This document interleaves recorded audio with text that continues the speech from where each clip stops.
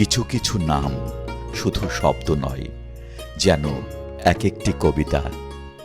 কিছু কিছু জায়গা শুধু মানচিত্রে নয়, আমাদের হৃদয়েও তার স্থান গড়ে তোলে, যেমন নাটোর।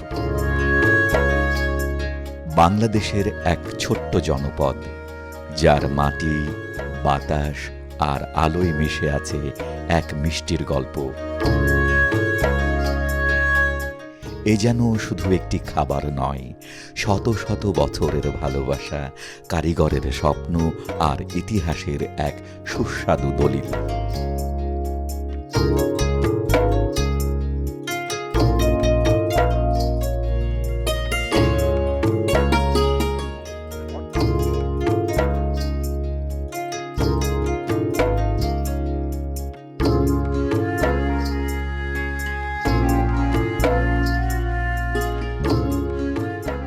এই যে সাদা রঙের নরম ছানারা মিষ্টান্ন, এর ভেতর লুকিয়ে আছে নাটোরের প্রাণ, যা সময়কে জয় করে প্রজন্ম থেকে প্রজন্মান্তরে তার স্বাদ আর ঐতিহ্য পৌঁছে দিয়েছে।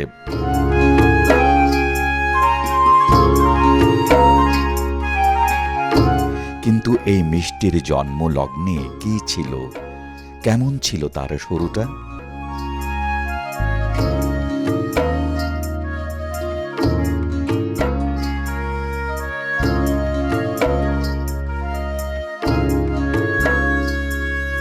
স্বাদে গন্ধে অতুলনীয় এই মিষ্টান্নটির ইতিহাস প্রায় ২৫০ বছরের পুরনো। মনে করা হয় ১৭৫৭ সালের পর থেকে কাঁচাগোল্লা জনপ্রিয়তা লাভ করে। রানী ভবানীর রাজত্বকালে কাঁচাগোল্লার সুখ্যাতি দেশ বিদেশে ছড়িয়ে পড়ে।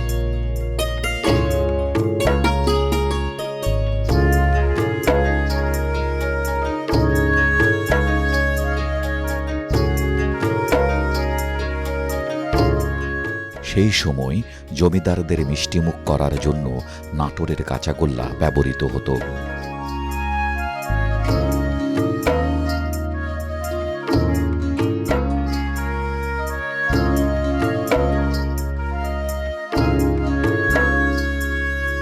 নাটোরের কাঁচাগোল্লা নিয়ে বিভিন্ন ফিচার ছাপা হতো।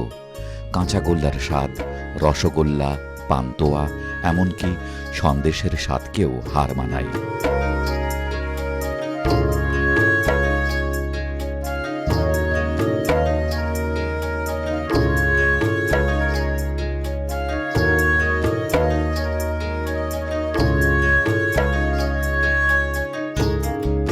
জনশ্রুতি আছে রানী